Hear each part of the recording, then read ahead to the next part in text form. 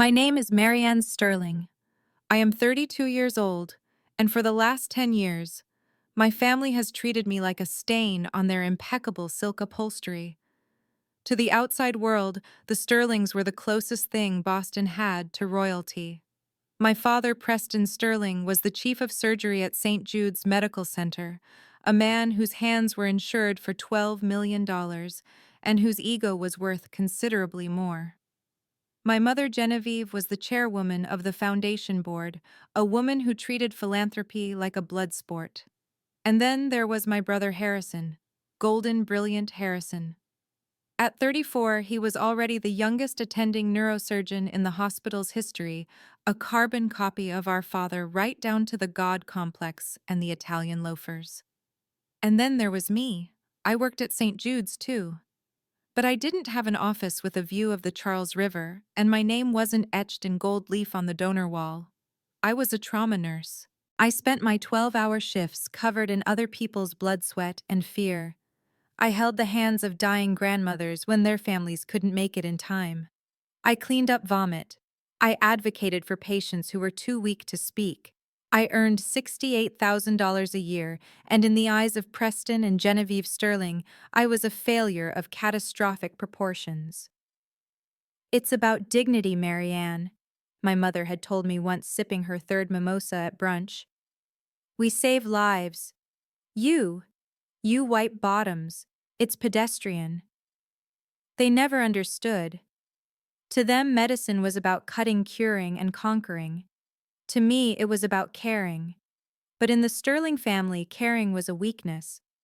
The fracture in our family had been a hairline crack for years, but the break finally happened on a Tuesday morning in late April.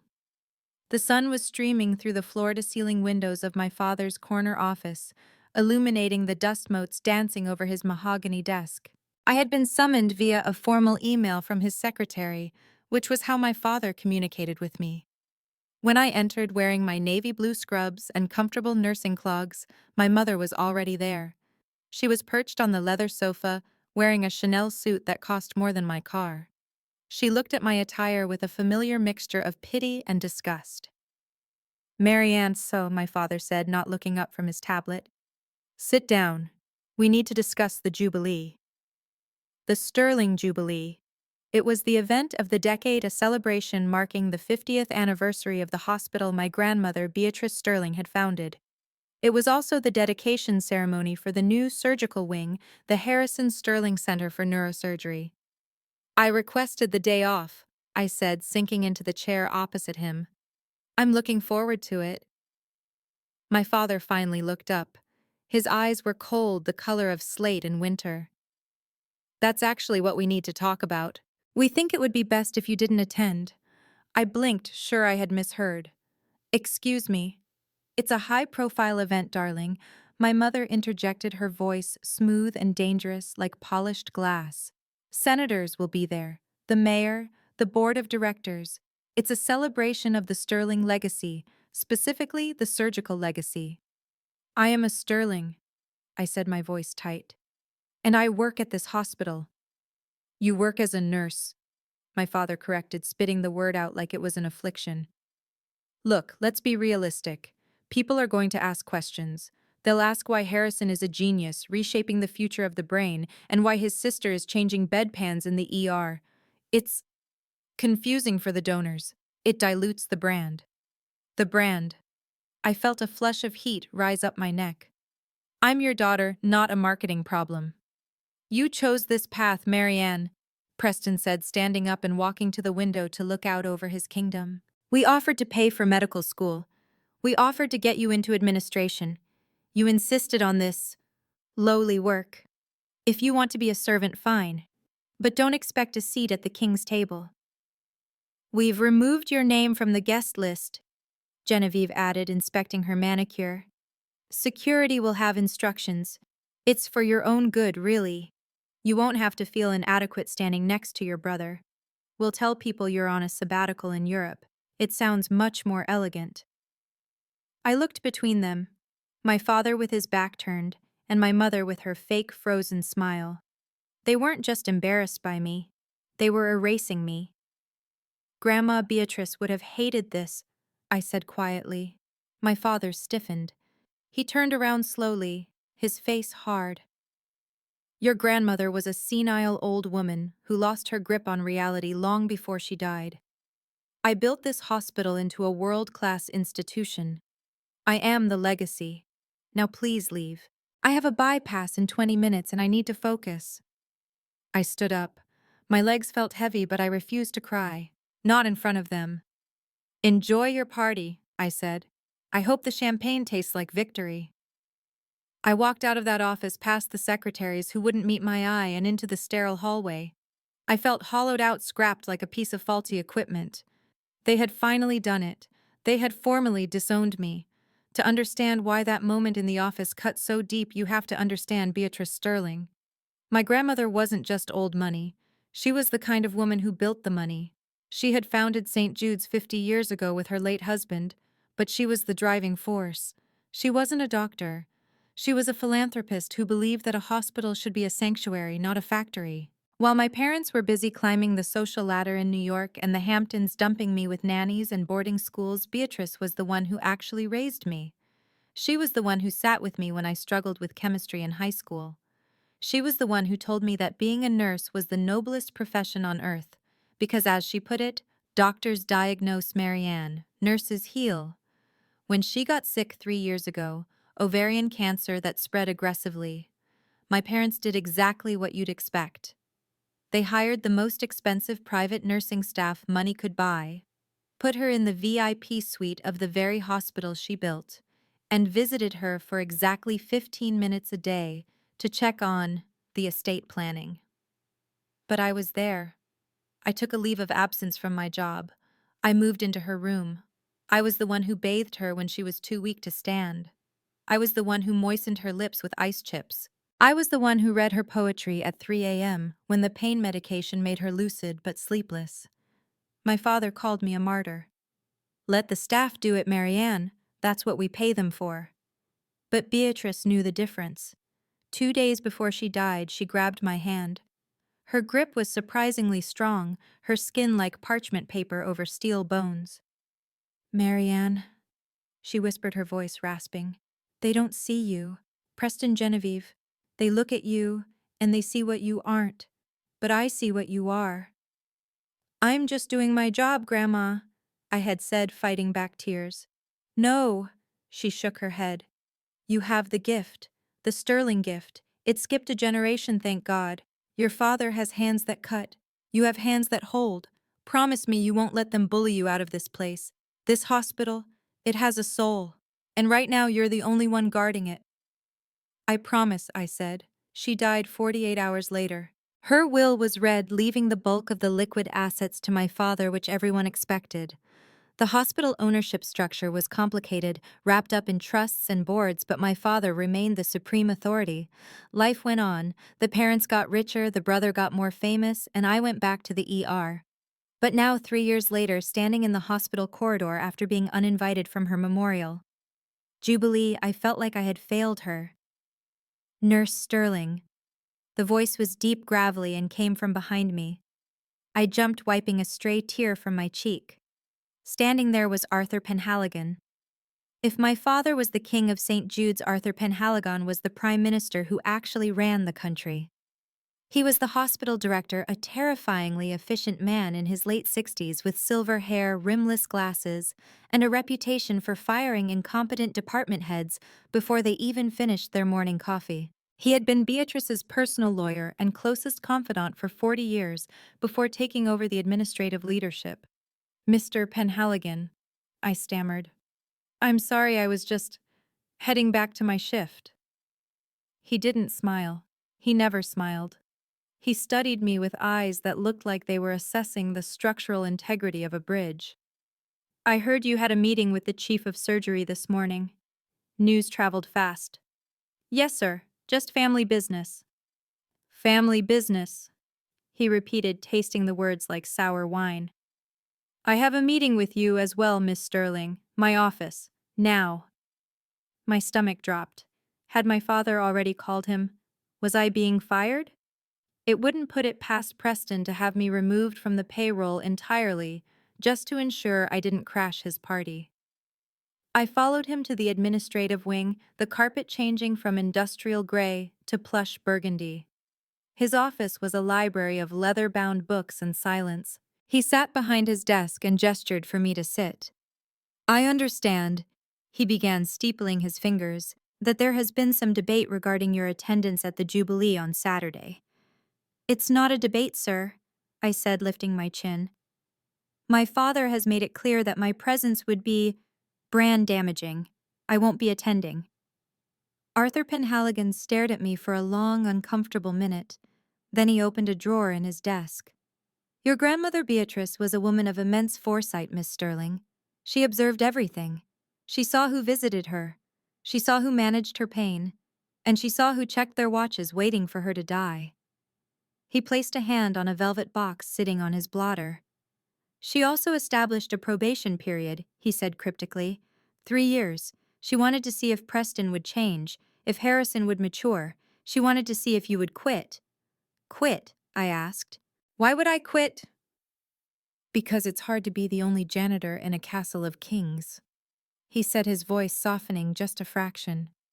"Most people would have taken the trust fund payout she left you and moved to Tuscany. But you stayed. You scrubbed in. You took the night shifts." "I love my job," I said. "I know." Arthur stood up. "The probation period ended this morning. Your father's decision to exclude you was the final variable in an equation your grandmother solved a long time ago." He didn't explain what he meant. He just looked at the clock on the wall.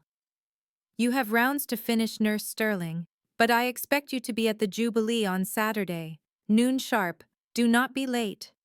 "But my father—" "Your father runs the operating theaters," Arthur said, his eyes flashing with a sudden terrifying intensity. "He does not run history. Go back to work."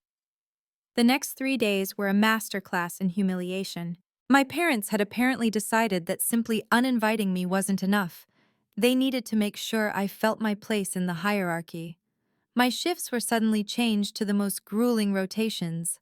I was assigned to the overflow trauma unit, usually reserved for junior nurses despite my senior status. But the worst moment came on Thursday in the cafeteria. I was grabbing a quick coffee, exhausted after a 10-hour stint, when Harrison walked in. He was surrounded by a gaggle of 4 medical students who looked at him like he was a rock star. He was wearing his pristine white coat, his stethoscope casually draped around his neck like a scarf. He spotted me in line. A smirk touched his lips. He walked over the students, trailing him like ducklings. "Marianne," he announced loud enough for the table of cardiologists nearby to hear. "I heard you're taking a little vacation this weekend. Europe, isn't it?" He knew exactly what the cover story was. "Harrison," I said, keeping my voice low, "please not here."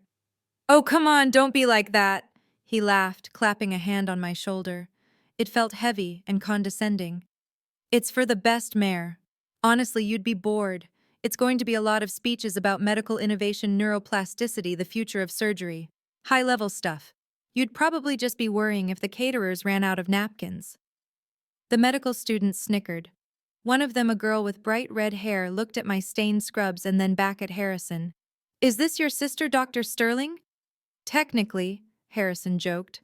"Though we suspect she was switched at birth. We Sterlings are known for our brains, not our bed-making skills." The laughter that followed felt like a physical slap. I gripped my paper coffee cup so hard the lid popped off, spilling hot liquid over my hand. I hissed in pain. "Careful," Harrison said, his voice dripping with mock concern. "You should get that looked at. I'd help, but, well, I'm a surgeon. I don't do minor burns." He walked away, leaving me standing there with coffee dripping onto the floor, surrounded by the echoes of their amusement. I wanted to scream. I wanted to quit. For a moment I considered just packing my bags and actually going to Europe. Why stay where I was hated? But then I remembered Arthur Penhaligon's eyes. She wanted to see if you would quit. I went home to my small apartment in Beacon Hill.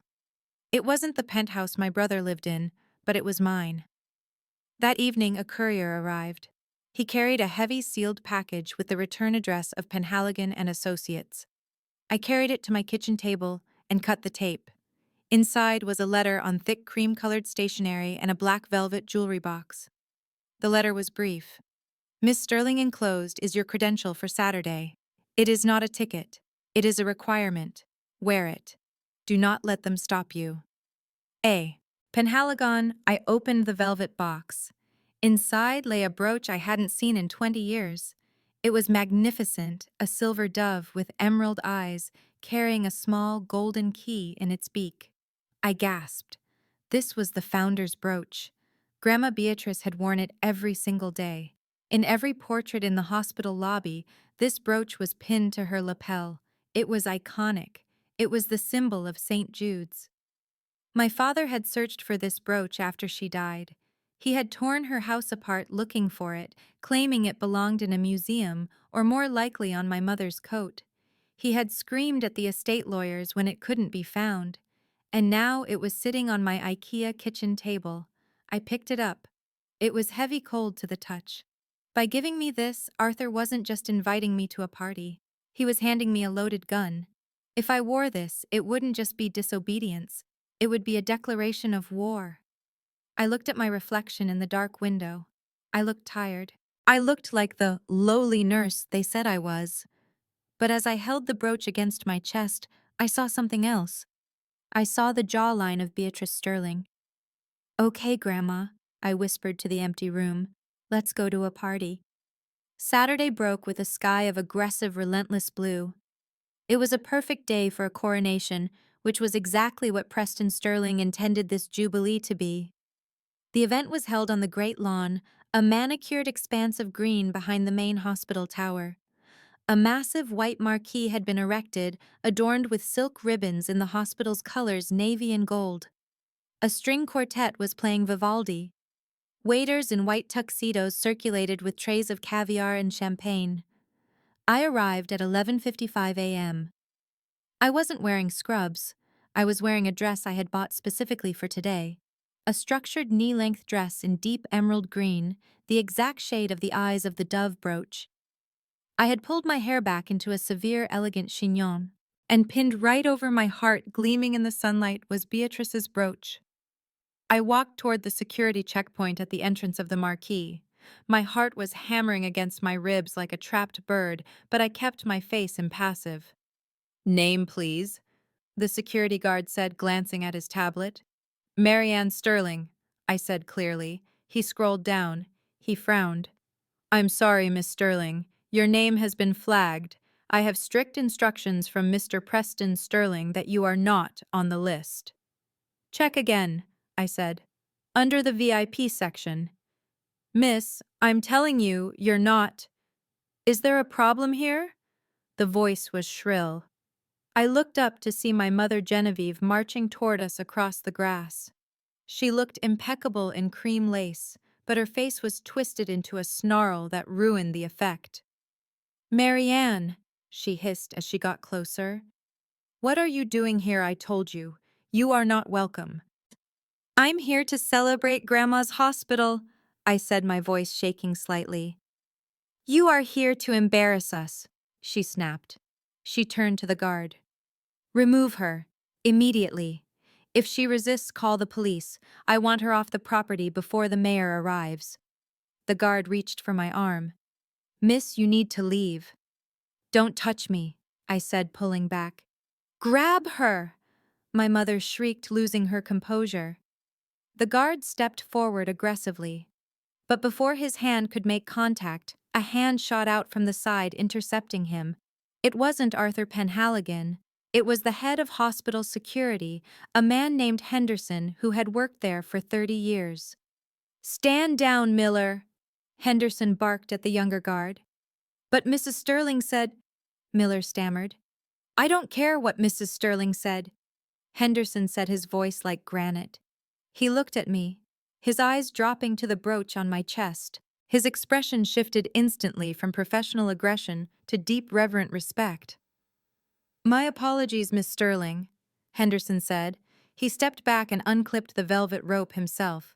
"Please, go right in. The front table is waiting." My mother looked like she had been slapped with a wet fish. "Henderson, do you know who I am? I am the chair of the foundation. I will have your badge for this. You can take it up with Mr. Penhaligon, ma'am, Henderson said calmly.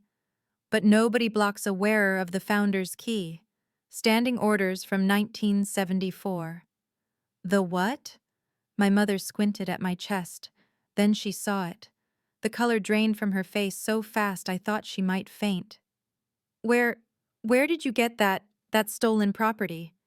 It's an inheritance, Mother, I said, stepping past her.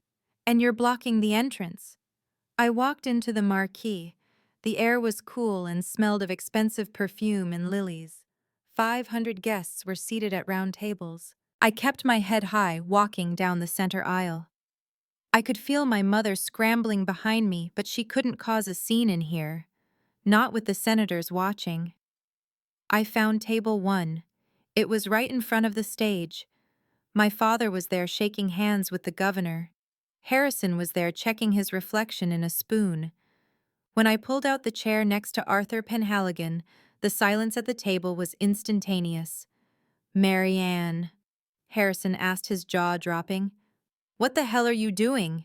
The staff table is in the back." I sat down, smoothed my dress, and looked him dead in the eye. "I'm not staff today, Harrison, I said. "I'm family." The tension at table 1 was thick enough to choke on. My father Preston refused to look at me. He sat stiffly, his knuckles white as he gripped his wineglass. My mother, having regained her seat, was furiously typing on her phone under the table, likely texting her lawyers. Harrison just kept staring at the brooch, a look of greedy confusion on his face. Arthur Penhaligon sat to my right, eating his salad with mechanical precision. He didn't say a word to me, but every time a waiter tried to skip me or rush past, Arthur would clear his throat and the service would instantly correct itself. At 12:30 p.m., the lights dimmed. The spotlight hit the stage. "Ladies and gentlemen," the announcer boomed, "please welcome the Chief of Surgery and the architect of today's triumph, Dr. Preston Sterling." Applause thundered through the tent. My father stood up, buttoned his suit jacket, and transformed. The anger vanished, replaced by the charismatic, benevolent god mask he wore for the public.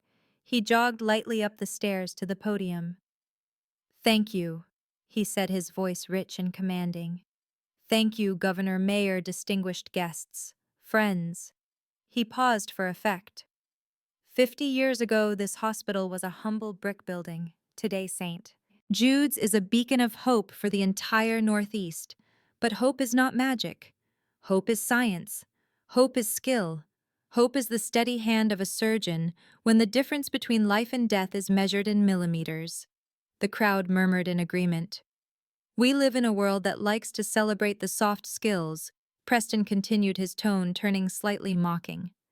"We hear about holistic care and emotional support, and while that is all very nice, let us be honest. When you have a tumor pressing on your frontal lobe, you don't need a hand to hold. You need a knife to cut."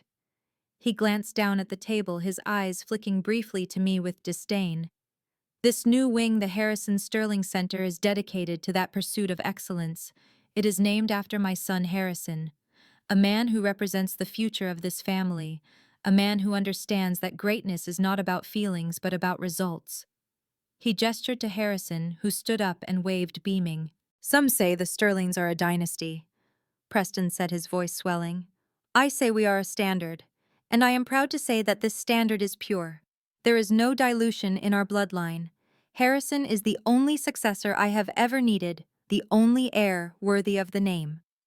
The erasure was complete. He hadn't just insulted me, he had publicly declared I didn't exist in his version of the family. He called Harrison his only successor. I sat there feeling the heat of 500 pairs of eyes on the back of my head. I felt small. I felt that familiar childhood urge to disappear, to hide in the linen closet so they couldn't see me cry. But then I felt the pin of the brooch pricking slightly through the fabric of my dress, scratching my skin. A reminder. Pain is a signal, Grandma used to say. It tells you something needs to change. My father raised his glass. So let us cut the ribbon. Let us open the doors to a future where science reigns supreme, unburdened by the mediocrity of the past. The crowd cheered.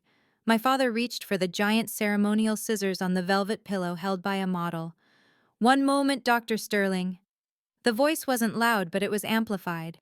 Arthur Penhaligon had stood up. He had walked to the side of the stage and taken the backup microphone. The applause faltered. My father froze the scissors hovering over the ribbon. "Arthur." Preston laughed nervously. "We're in the middle of the ceremony, old friend." "I am aware, Preston," Arthur said. He climbed the stairs. He didn't look old today. He looked dangerous. "But before you cut that ribbon, there is a small matter of ownership we need to clarify." "Ownership," Preston hissed away from the mic, but audible to the front row. "The foundation paid for this wing. I control the foundation." "Actually," Arthur said, his voice booming through the speakers now silencing the tent, "you don't." A hush fell over the great lawn. It was the kind of silence usually reserved for bomb disposal units. Arthur Penhaligon stood next to my father at the podium. Preston looked like he wanted to shove the older man off the stage, but he knew the cameras were rolling. "What are you doing?" Preston whispered through gritted teeth. Arthur ignored him. He pulled a document from his inner jacket pocket. It was yellowed and closed in a protective plastic sleeve. "For the last 3 years," Arthur addressed the crowd, "St. Jude's has operated under a provisional charter. Following the death of our founder, Beatrice Sterling, the control of the hospital's assets, including the funds used to build this new wing, was placed into a blind trust." "The Beatrice Sterling Compassion Trust," Arthur clarified. My mother stood up at table 1. "This is highly irregular. We are the executors of her estate." "You were the executors of her personal estate, Genevieve," Arthur corrected calmly. "Her houses, her jewelry, her stocks, but the hospital St. Jude's was never personal property. It was a separate entity, and Beatrice had very specific ideas about who should govern it." He held up the document. "This is the trust charter dated 3 weeks before her death. It stipulates that the funds for any new expansion could only be released if the hospital maintained its core mission to heal the person, not just the body." Arthur turned to look at my father. "Dr. Sterling just gave a very rousing speech about how soft skills and care are irrelevant, about how surgeons are gods and the rest of the staff are merely— What was the implication? Furniture. I didn't say that." Preston spluttered, his face turning red. "You said you didn't need a hand to hold," Arthur quoted.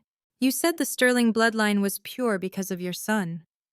Arthur looked down at me. For the first time ever, he smiled. It was a small, terrifying smile. Beatrice disagreed. She believed that a hospital run by ego is a dangerous place. She believed that the person who leads this institution should be someone who knows the names of the janitors, someone who has cleaned a wound, someone who has sat with the dying. My heart began to pound so hard I thought it would shatter my ribs. I knew what was coming. I wanted to run, but I couldn't move. "Therefore," Arthur continued, "the Compassion Trust holds 51% of the voting shares of St. Jude's Medical Center, and the sole trustee named by Beatrice Sterling is not the chief of surgery." Harrison shouted from the table. "Who is it then? The Pope?" Arthur leaned into the microphone. "The trustee is the only member of this family who actually showed up for Beatrice when she was dying, the only one who understands that medicine is service, not glory." He pointed a long finger directly at me. "The controlling owner of St. Jude's Medical Center is Nurse Marianne Sterling." The silence broke. A collective gasp rippled through the crowd like a wave. 500 heads turned toward me. I sat frozen. The world seemed to tilt on its axis. "This is a lie," my father roared into the microphone, forgetting his dignity entirely. "That document is a forgery, Marianne. She's a nurse. She can barely balance a checkbook. She has dyslexia." "She has empathy, Preston," Arthur shouted back, his voice thundering over my father's. "And unlike you, She reads people, not just charts. Arthur beckoned to me. Miss Sterling, please join us on stage. I stood up. My legs felt like jelly. I walked past my mother, who was now clutching the tablecloth as if she were drowning. I walked past Harrison, whose mouth was opening and closing like a fish. I climbed the stairs. My father looked at me with a hatred so pure it was almost blinding. Don't you dare, he hissed at me. You get down there. You tell them this is a mistake. If you humiliate me, Marianne, I swear to God. Step aside, Preston, Arthur said, physically moving between us. I reached the podium. I looked out at the sea of faces, the donors, the politicians, the doctors who had ignored me for 10 years. Arthur handed me a folded piece of paper.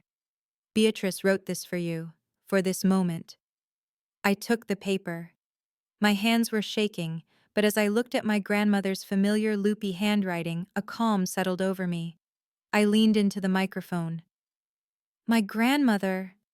My voice cracked. I cleared my throat and started again stronger. My grandmother, Beatrice Sterling, wrote this letter to be read on the day the new leadership was announced. I'd like to read it to you. I looked down at the paper. To my beloved St. Jude's family. If you are reading this, it means my son Preston has not learned the lesson I tried to teach him. It means he is still building monuments to himself instead of sanctuaries for the sick. A ripple of uncomfortable laughter moved through the crowd. Preston looked like he was having a stroke. I built this hospital on a simple principle. Medical skill without human kindness is malpractice. You can cut a tumor out, but if you treat the patient like meat, you have failed. The Sterling legacy is not about being a god, it is about being a servant. I looked up at Harrison. He was pale, sweating. Therefore, I leave the stewardship of my hospital to the one person who has washed the feet of the suffering, my granddaughter Marianne. She is the only Sterling who deserves to carry my name because she is the only one who knows what it costs to care. To Preston and Harrison, I love you, but you are blind. Hopefully, Marianne can help you see. I lowered the paper. My name is Marianne Sterling, I said to the crowd. I am a nurse, and as of today, I am the chairwoman of the board. For a second, nobody moved. Then from the back of the tent, the nursing staff, who had been relegated to the standing room area, started to clap. Then the junior doctors, then the security guards, and finally the donors, sensing the shift in the wind, rose to their feet. A standing ovation, not for the surgeon, but for the nurse. The hour that followed was a blur of chaos. My father tried to declare the proceedings over, but Arthur Penhaligon simply ordered the sound technician to cut his mic.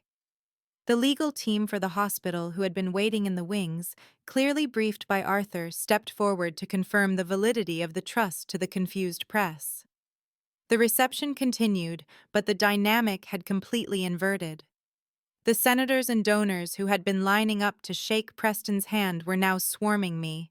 Miss Sterling, a pleasure to meet you. Marianne, darling, we must do lunch. An inspiring speech, truly. It was sickeningly hypocritical, but I smiled and nodded. This was the game, and I held the winning card. Preston and Harrison had retreated to the VIP holding tent behind the stage. Genevieve was sitting there weeping into a napkin, ruining her mascara. I walked into the tent, flanked by Arthur and Henderson, the security chief. Harrison jumped up.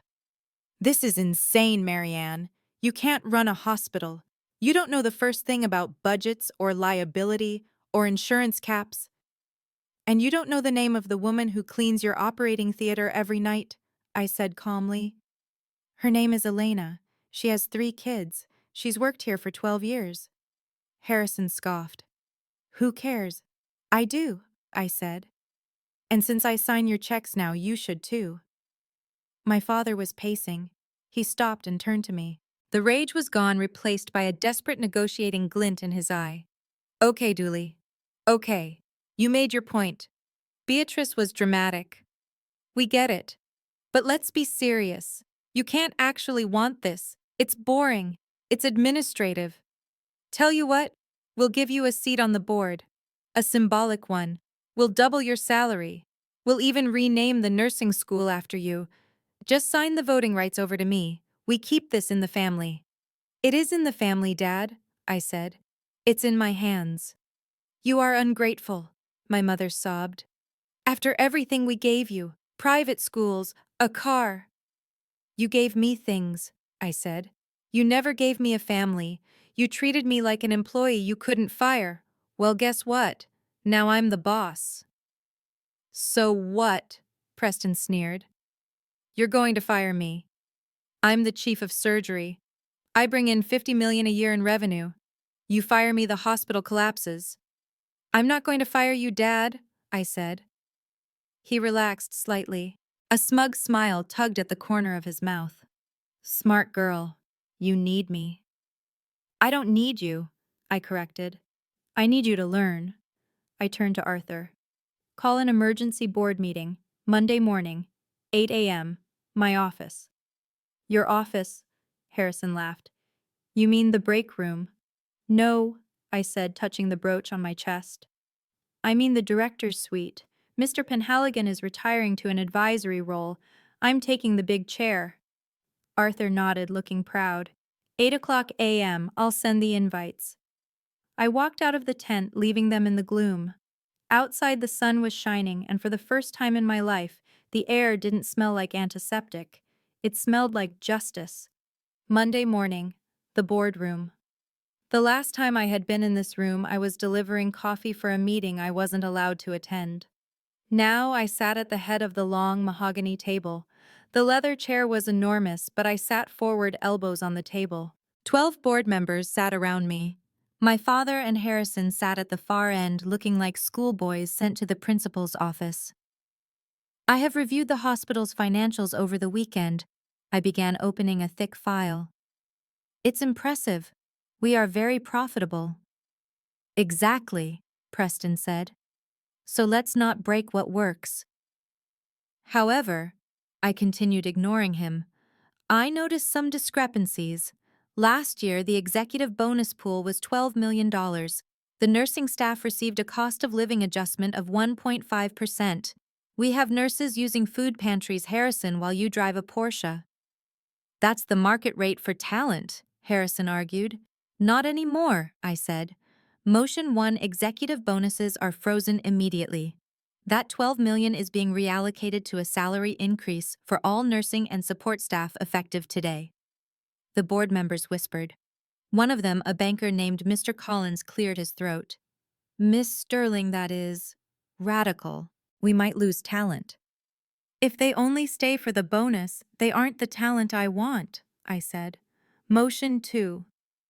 I looked at my father and brother. St. Jude's has lost its connection to the patient experience. The leadership is too removed. Therefore, I am instituting a mandatory clinical rotation for all senior medical leadership. A rotation, Preston frowned. I do rounds every day.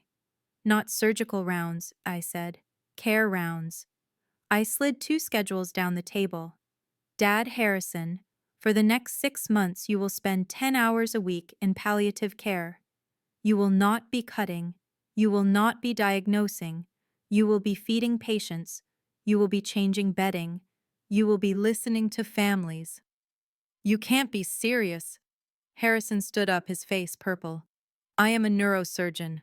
My hands are worth millions. I don't wipe asses. You do now, I said, my voice dropping to a whisper that echoed in the silent room. Or you can resign. And if you resign, Harrison, I will make sure the medical board knows exactly why. Refusal to provide basic patient care. It's not a good look. Harrison looked at Preston. Preston looked at me. He searched for a trace of the timid daughter he had bullied for 30 years. He didn't find her. If we do this, Preston said quietly, if we do this, humiliation, then what? Then maybe you'll remember why you became a doctor in the first place, yeah, I said. Grandma said you used to be kind, Dad, before the money. I want to see if that man is still in there. Preston slumped back in his chair. He looked old. For the first time, he didn't look like a king. He looked like a tired man. Fine, he whispered. Good. I closed the file. Meeting adjourned. Now get to work. You have a shift starting in 20 minutes. I believe Mrs. Higgins in room 402 needs help with her lunch.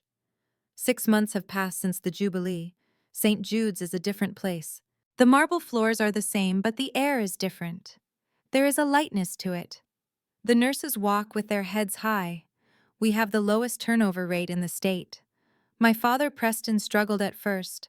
He tried to bribe the orderlies to do his palliative shifts. I caught him and added a month to his probation. But then something strange happened. Last week, I walked past room 305, the terminal oncology ward. I looked in.